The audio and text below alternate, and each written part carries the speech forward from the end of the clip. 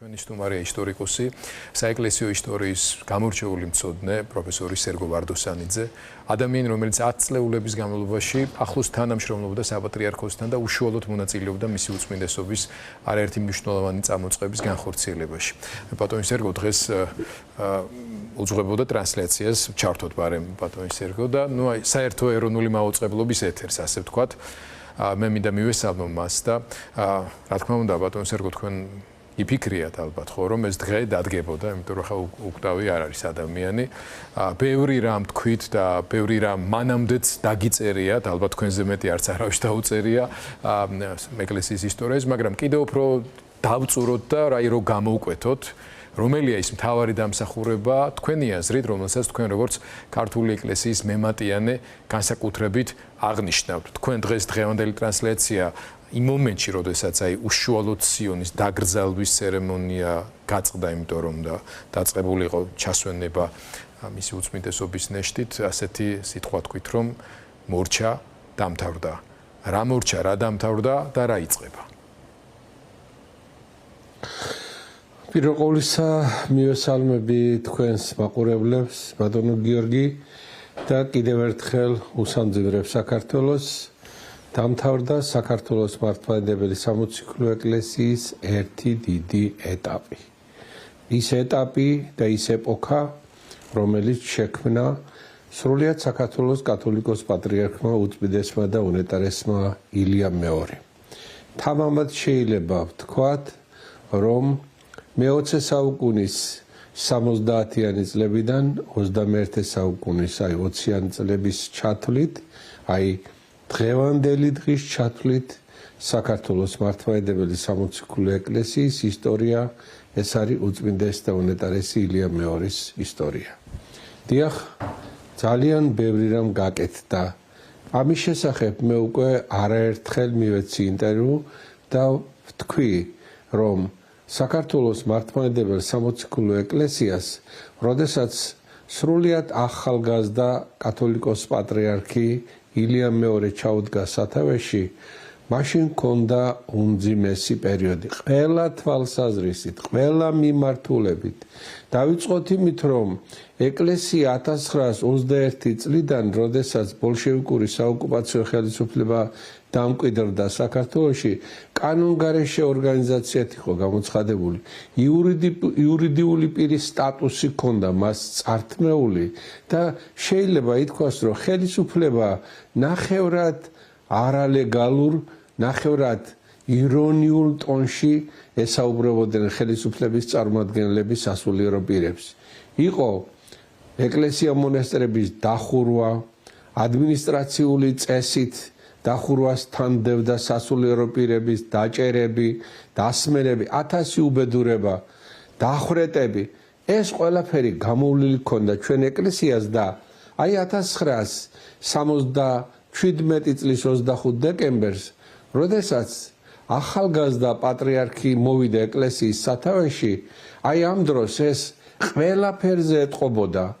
ეკლესიების უმრავლესობა დახურული იყო, სულ 50-მდე მოქმედი ეკლესია იყო საქართველოში, 70-მდე სასულიერო პირით, 7 ეპარქია და ამ ეპარქიის მღვდელმთავრები ფაქტიურად თბილისის საკათედრო ტაძრებში წინამძღვრებად იყვნენ. ვინაიდან ეპარქია მხოლოდ ქაღალდზე არსებობდა. ვინმეს შეიძლება წარმოედგინა ასეთი რამ, რომ თბილისში მაგალითად მეტეხის ღვთისმშობლის სახელობის ეკლესია ახალგაზრდული თეატრისათვის იყო. ანჩისხატის ეს უნიკალური მე-5 საუკუნის ეკლესია ერთი ცნობილი დიდი მოქანდაკის სახელოსნო იყო. ან ნაძალადევში ივერის ღვთისმშობლის სახელობის ეკლესია აბანოდ იყო გადაკეთებული და სანაპიროზე ჩუღურეთის რაიონში, სადაც წმინდა ნიკოლოზის სახელობის ეკლესია, ეს ადგილი ამ წმინდა ნიკოლოზის სახელობის ეკლესიაში ფოლკლორის ანსამბლი მეცადინეობდა ხოლმე და ფოლკლორის ცენტრი იყო. ამის გარდა, რომელი მოქმედი ეკლესიებიც იყო, ამ ეკლესიებს ჰქონდა სული შემხუთავი საგადასახადო სისტემა, პოლიტიკა სახელმწიფოს 87% შემოსავლისა ერთადერთი სანთელი ჰქონდა ეკლესიას და ამ სანთლის ერთი ცალი სანთელი თუ ღირდა 20 კაპიკი, ამ 20 კაპიკიდან 87% უნდა წაეღო სახელმწიფოს. თითოეული სანთლისაგან.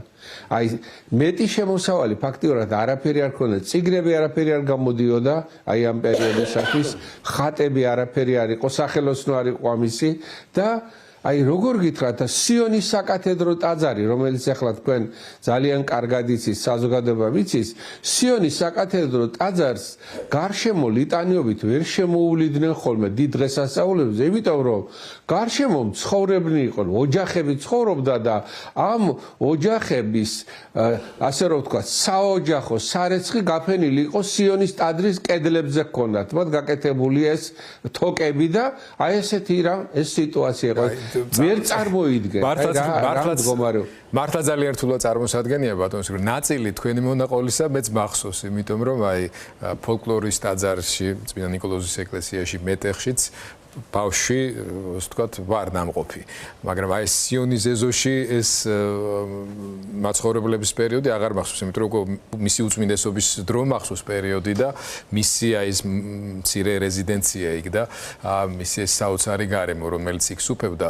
აი თქვენ მთელი ამ წლების განმავლობაში მოყვებოდით ფეხ და გვერდ კი არა, ნაწილი იყავით აი ამ განსაკუთრებით სამეცნიერო ისტორიული აღშენებლობის, ასე ვთქვათ, ჩვენი მეხსიერების განახლების გახსენების ბევრი მტვერ მიყრილი ან საერთოდ დაკარგული ნაწილ ამ ისტორიის შეკრების და მინდა კითხოთ როგორც აი ამ სფეროს მართლაც გამორჩეულ პროფესიონალს.